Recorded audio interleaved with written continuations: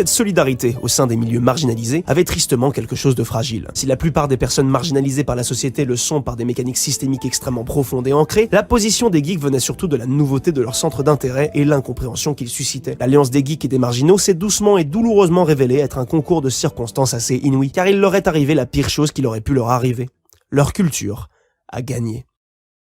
La décennie 2010 est le point clé de la transformation psychologique et politique des geeks. Internet et la démocratisation de plus en plus grandissante des médias geeks a simplement provoqué une victoire globale et absolument incontestable de la culture geek. S'il fut un temps extrêmement nerd de lire des comics, aujourd'hui être fan de Marvel ça veut juste dire aller au cinéma ou à la librairie du coin. Les médias se sont diversifiés de manière exponentielle, le jeu vidéo et les mangas proposent aujourd'hui des expériences autant mainstream que arty pour plaire à quasiment tous les publics. Ce qui avait fait toute la marginalité des geeks est simplement devenu en l'espace d'une vingtaine d'années la culture populaire hégémonique.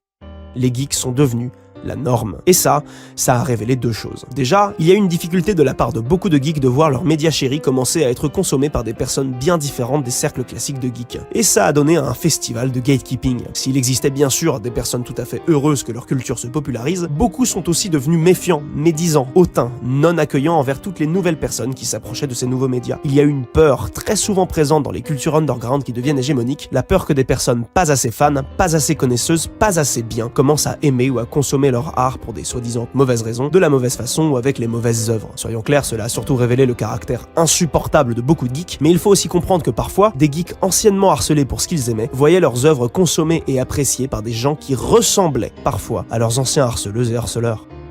La construction de la culture geek dans la douleur crée une rancœur et une fierté mal placée vis-à-vis de ceux qui la découvrent de manière plus libre et plus simple. On devient aigri, gardien du temple, en déphase avec son temps. Et ça, ce n'est pas du tout disparu. C'est exactement ce qu'il s'est passé sur les animés, avec la fameuse génération Netflix.